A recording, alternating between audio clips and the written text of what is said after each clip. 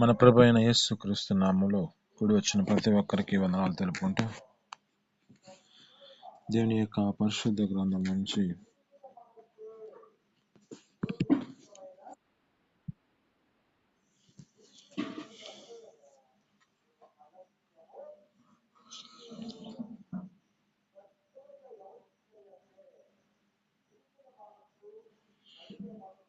యాకోబు రాసిన పత్రిక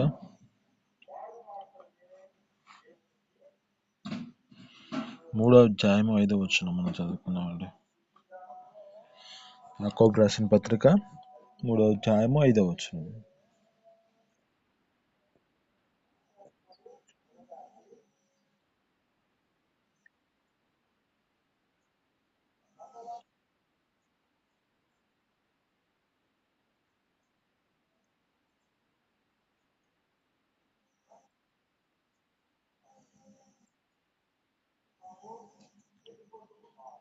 పైన వచ్చింది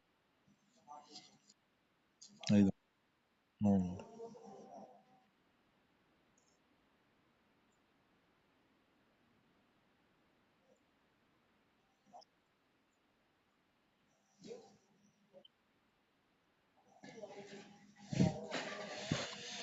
ఆమేన్. హల్లెలూయా. ఈ దినం మనతో మాట్లాడుతున్న మాటలను బట్టి, మన యొక్క స్థితిని బట్టి, మన యొక్క నాలుకని ఏ విధమైన స్థితిలో నడిపించబడుతుంది, మన నోరు, మన యొక్క స్థితి, మన మాట ఎలా ఉంది అనేది దినము మనతో మాట్లాడుతున్నాడు. ఇక్కడ అంటున్న మాట, అలాగునని నాలుక కూడా చిన్న అవయమైనను బహు అదిరిపడును, ఎంత కొంచెము నిప్పు ఎంత విస్తారమైన అడవిని తగలబెట్టును. ఈ నాలుక అగ్ని అయి, నాలుక మన అవయములు ఉంచబడిన ప్రపంచమై సర్వ శరీరమునకు మాలిన్యము కలుగజేసి ప్రకృతి చక్రమునకు చిచ్చుపెట్టును. అది నరకము చేత చిచ్చుపెట్టబడును అని చెబుతోంది. అంటే ఇక్కడ జ్ఞాపకం చేసుకుంటే, ఈ నాలుక ద్వారా మనిషి యొక్క జీవితంలో ఒక అగ్ని ఎంత, ఒక చిన్న అగ్గిపుల్ల ఏ విధంగా అడవిని తగలబెడుతుందో, అదే స్థితిని బట్టి ఈ నాలుక వలన తన అవయవం అంతయు, తనకు కలిగిన పాపము, తనకు కలిగిన ఈ యొక్క అవయవానికి అది చిచ్చు పెట్టే పరిస్థితి ఉన్నదంట. అయితే ఇక్కడ అంటున్న మాట మనం జ్ఞాపకం చేసుకుంటే, లోకానుసారంగా ఒక మాట అంటారు, నోరు మంచిది అయితే ఊరు మంచిదనే. అయితే ఇక్కడ మన యొక్క నాలుకని ఏ విధమైన స్థితిలో ఉంచుకుంటున్నాం? లోక సంబంధంగా మనుషుల యొక్క జీవితాల్లో తమ నోటి ద్వారా ఏ పరిస్థితిలో వీటినైనా నడిపించబడుతూ ఉంటారు. అయితే దేవుడు మనకిచ్చిన ధన్యతను బట్టి మనం ఏ విధమైన స్థితిలో నడిపించబడుతున్నాం? ఈ నాలుక ద్వారా మనుషుల జీవితాల్లో ఏం చేస్తూ ఉంటారంటే, పరిశుద్ధమైన మాటలు మాట్లాడుతూ ఉంటారు, లేక ఇక విస్తారమైన అపవిత్రమైన మాటలు మాట్లాడుతూ ఉంటారు. ఒక మాట మన జీవితాల్లో మనం జ్ఞాపకం చేసుకుంటే, మన యొక్క స్థితిని బట్టి మనం ఏ విధమైన స్థితిలో మన నాలుకని ఉంచుకుంటున్నాం. ఇక్కడ ఒక వచనం మనం చదువుకుంటే 3వ అధ్యాయం 10వ వచనంలో, ఒక నోటి నుండి ఆశీర్వాద వచనము శాపవచనము బయలు వెళ్ళును. సహోదరులారా, ఇలాగుండకూడదు. నీటి బుగ్గలో ఒక జల నుండి తీయని నీరును చేదు నీరును ఊరునా? నా సహోదరులారా, అంజురపు చెట్టున ఒలివ పండైనను ద్రాక్షాతీగ అంజురపు పండైనను కాయునా? అటువలనే ఉప్పు నీళ్ళలో నుండి తీయని నీరు ఊరవు. ఆమేన్. హల్లెలూయా. అంటే ఇక్కడ మనం జ్ఞాపకం చేసుకుంటే, ఒకే నాలుక నుండి శాపవచనము, ఒకే నాలుక నుండి ఆశీర్వాదం వచనం బయలువెళ్ళును. అయితే అంటున్న మాట, ఇలాగుండకూడదు. ఒక నీటి బుగ్గలో ఒక మంచినీరు కానీ, లేకపోతే ఒక ఉప్పు నీరు కానీ వస్తుంది. అయితే మన జీవితాల్లో కూడా ఒక అంజూరపు చెట్టుకి ఒలీవ పళ్ళైనను, ద్రాక్ష చెట్టుకి అంజూరపు వళ్ళైనను కాయవు కదా. అయితే మన నోటిని ఏ విధమైన స్థితిలో మనం నడిపించుకుంటున్నాం? మన యొక్క నోటి ద్వారా మనం చేస్తున్న పొరపాటు ఏమిటి? ఈ నాలుక మనుషుల జీవితాల్లో ఏం చేస్తుందంటే, ఈ నాలుక అగ్ని అయి ఉంది. ఈ నాలుక మన ప్రతి అవయవానికి ఉంచబడిన పంపించబై సర్వ శరీరానికి మాలిన్యం కలగజేస్తూ ప్రకృతి చక్రానికి చిచ్చు పెట్టేది. ఇది నరకము చేత చిచ్చు పెట్టబడనంటుంది. అంటే ఇది నరకమునికి తీసుకెళ్లే పరిస్థితిని తీసుకొస్తుంది. ఈ నాలుక మనుషుల జీవితాల్లో ఏం చేస్తుందంటే, ఇది అగ్ని. ఇది పాప ప్రపంచానికి మాలిన్యం తీసుకొస్తూ, అంటే మన యొక్క ప్రతి అవయవానికి ఇది మాలిన్యం తీసుకొచ్చే పరిస్థితి ఉన్నదని చెబుతుంది. ఇది మన అవయవంలోనే ఉంది. అయితే ఇక్కడ చాలా జాగ్రత్తగా గమనిస్తే, ఒకే నోటి నుంచి మంచి ఆశీర్వాదము, శపవచనము, అపవిత్రమైన మాటలు, పవిత్రమైన మాటలు మాట్లాడకూడదు, ఇలాగుండకూడదు అంటున్నాడు. ఒక నీటి బుగ్గలో ఏ విధంగా ఒక మంచి నీరు కానీ లేకపోతే ఉప్పు నీరు కానీ వస్తుంది కదా, అదే ఒకే చెట్టు నుంచి ఒకే ఫలము మాత్రమే వస్తుంది, కానీ రెండో ఫలం రాదు కదా. ఇది మనం మనతో మాట్లాడుతున్న మాటలు బట్టి మన నోటిని ఏ విధమైన స్థితిలో కాపాడుకుంటున్నావు? జ్ఞాపకం చేసుకుంటే సామెతల గ్రంథం 21వ అధ్యాయము 23వ వచనం మనం చదువుకుంటే, సామెతల గ్రంథం 21వ అధ్యాయము 23వ వచనం చదువుకుంటే ఇక్కడ అంటున్న మాటలో,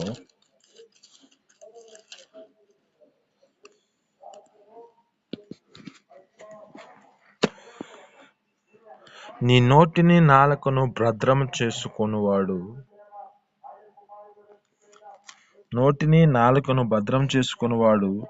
శ్రమ నుండి తన ప్రాణమును కాపాడుకొనును. ఆమేన్, హల్లెలూయా. నోటిని నాలుకను భద్రము చేసుకొనువాడు శ్రమ నుండి తన ప్రాణాన్ని కాపాడుకొనును అంటున్నాడు.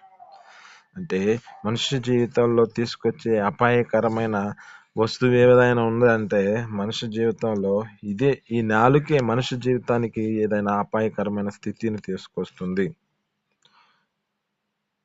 మనం చూస్తే మన యొక్క స్థితిని బట్టి, మనం మాట్లాడిన నాలుకను బట్టి మనిషి జీవితాల్లో ఏదైనా దెబ్బ తాగాలంటే, ఏదో ఒక అవయానికి అపాయం రావాలంటే ఈ నాలుక ద్వారే మనిషి జీవితాల్లో ఏదైనా గొడవలకు పరిస్థితి కలుగుతుంది కదా. అయితే ఇక్కడ అంటున్నమాట, ఎవడైతే తన నోటిని నాలుకను భద్రం చేసుకొని ఉంటున్నాడో వాడు తన శ్రమ నుంచి, తనకు కలిగిన ఆ శ్రమ నుండి తన ప్రాణాన్ని కాపాడుకున్నట్లే అంటున్నాడు. మన జీవితాల్లో ఏ స్థితిలో నడిపించబడుతున్నాం? నీ నోటిని నువ్వు జాగ్రత్తగా కాపాడుకుంటున్నావా? నీ నాలుకను నువ్వు జాగ్రత్తగా భద్రం చేసుకుంటున్నావా? లేక నోటికి వచ్చిన ప్రతి మాటను శాపవచనమే కానీ, ఆశీర్వాదవచనమే కానీ, లేకపోతే పరిశుద్ధమైన మాటే కానీ, లేక అపవిత్రమైన మాటలే మాట్లాడుతూ ఉన్నావా? అంటే ఒకటే మాత్రం తన జీవితాల్లో ఉండాలి. ఒక నీటి నుంచి ఏ విధమైన ఒక మంచి నీరు మాత్రమే, లేకపోతే ఒక ఉప్పు నీరు మాత్రమే వస్తుంది కదా. అయితే మన జీవితాల్లో ఈ స్థితిలో నడిపించబడాలి. అందుకే కదా ఒక మాట అంటాడు ప్రకటన గ్రంథం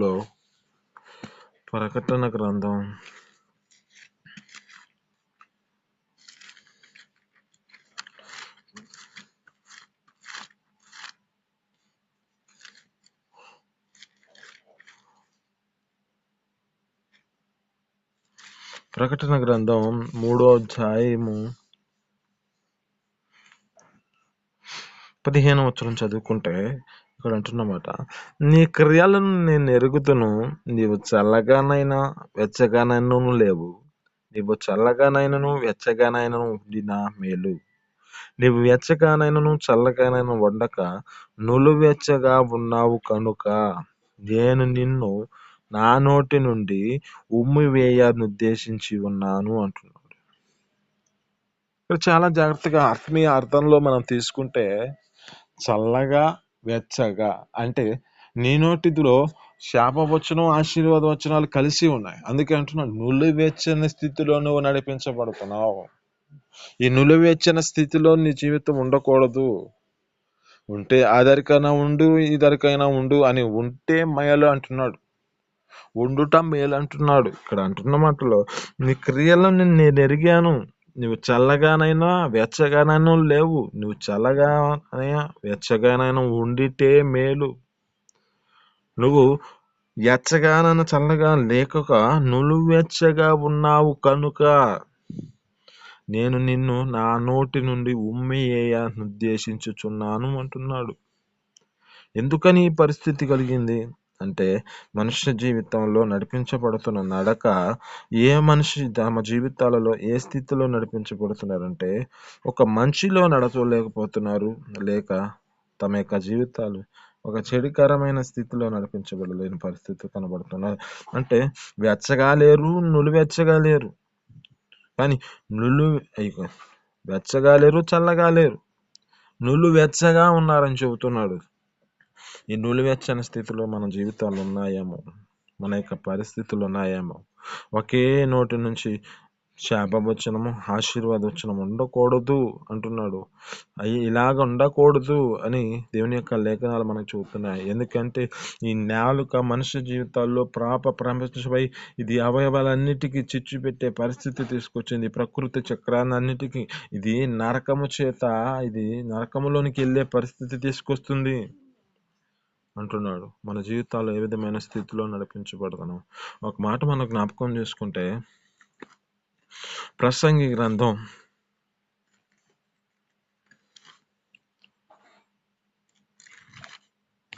5వ అధ్యాయము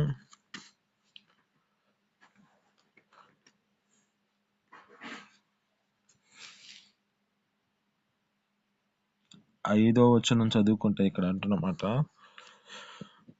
నీవు మ్రొక్కుకొనిన దాన్ని చెల్లించుము.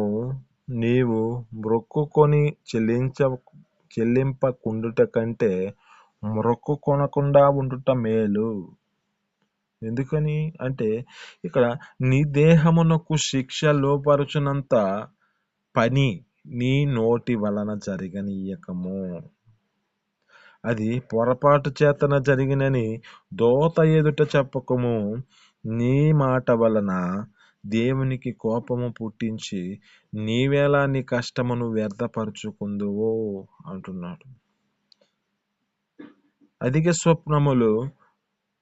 స్వప్నములను మాటలను నిష్ప్రయోజనములు.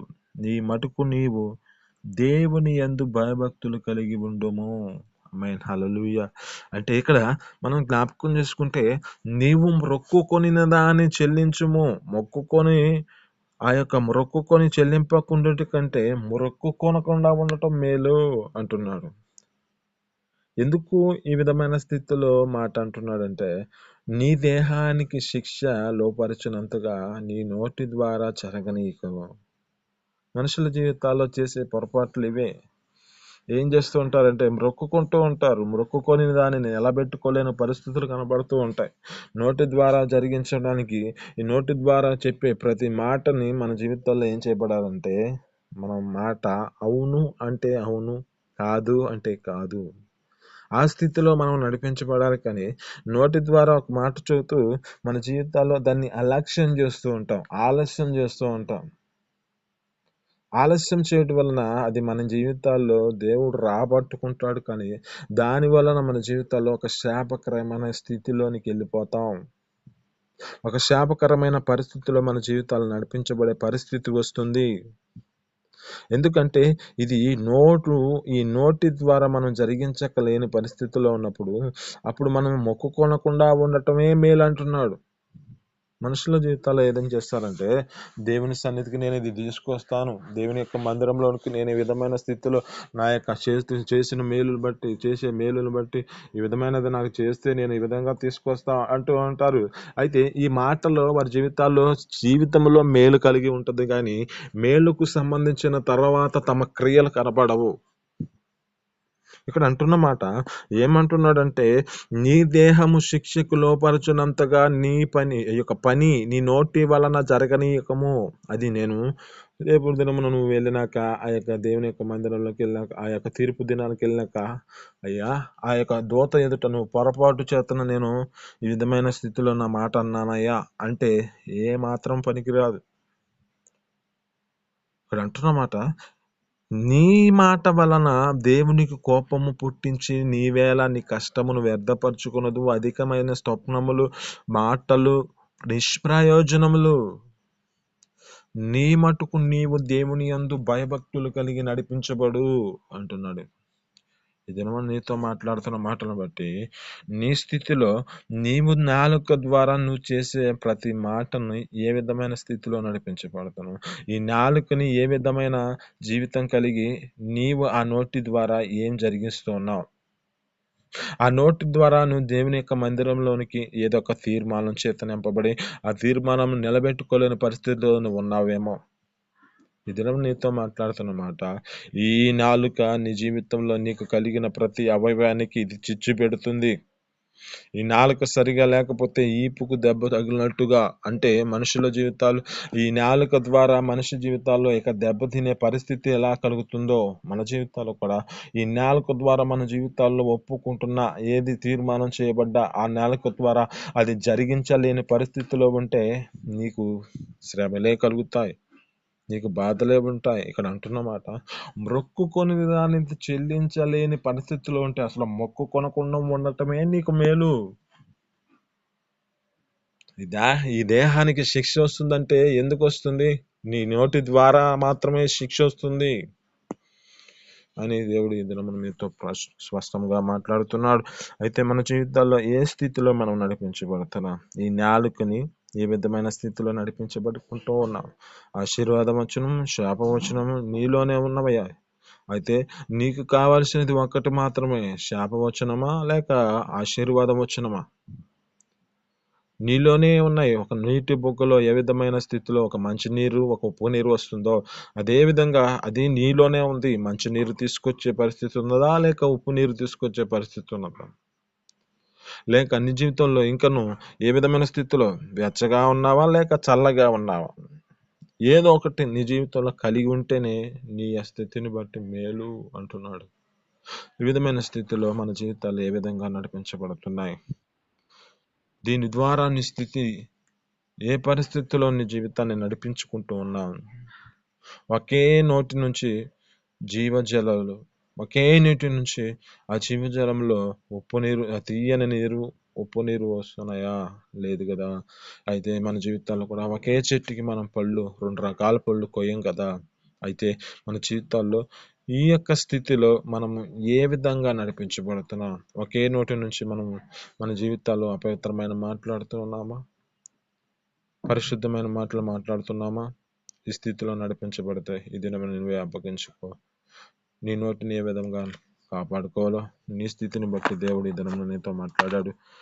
నీ యొక్క మాటలు వినికిడిలో దీవించి ఫలించును గాక. ప్రార్థన చేసుకున్నామండి. పరిశుద్ధుడ, జీవాధిపతి, ఆశ్చర్యకర, మహోన్నతుడానికి స్తోత్రాలు తండ్రి. మీ అపారమైన ప్రేమ చేత ప్రేమించి మా జీవితాల్లో అయా దినమన తండ్రి ఒక ప్రత్యేక రీతిలో మీరు మాట్లాడిన దాన్ని బట్టి నేను స్తోత్రాలు తండ్రి. నాలుకను అయ్యా నా తండ్రి భద్రం చేసుకోనమంటున్నాం. నాలుకను ఎవడైతే నోటిని నాలుకను భద్రం చేసుకుంటాడో తన ప్రాణమును కాపాడుకుంటున్నాడు అంటున్నాం. మా జీవితాల్లో కృప చూపించండి. ఈ నాలుక నోటిలో ఉన్న అవయమే, చిన్న అవయమే నా తండ్రి. అయ్యా నా తండ్రి ఒక అగ్గిపుల్ల ఏ విధంగా నా తండ్రి అయ్యా నా తండ్రి ఒక అడవిని మొత్తము తగలబెడుతుందో ఈ నాలుక కూడా అదే స్థితిలో నా తండ్రి మనిషి అవయములో ఉన్నది, కానీ ఇది అవయమంతటకు చిచ్చు పెట్టే పరిస్థితి తీసుకొస్తుందని మీ లేఖనాలు సెలవిస్తుండగా నా తండ్రి మా జీవితాల్లో మేము నా తండ్రి ఒకే నోటి నుంచి శాపవచనాలు అయ్యా, ఒకే నోటి నుంచి అయ్యా ఆశీర్వచనాలు పలకకుండా మా కృప చూపించి నీ సన్నిధిలో మేము నా తండ్రి ఒక తీయని అయ్యా నీటి బుగ్గగా మమ్మల్ని చేసుకుని కృప చూపించి సహాయం చేసి మీ సన్నిధిలో బలపరచమని యేసు పరిశుద్ధ నామములో అడిగి పొందుకొని జీవిస్తున్నాం తండ్రి. ఆమేన్.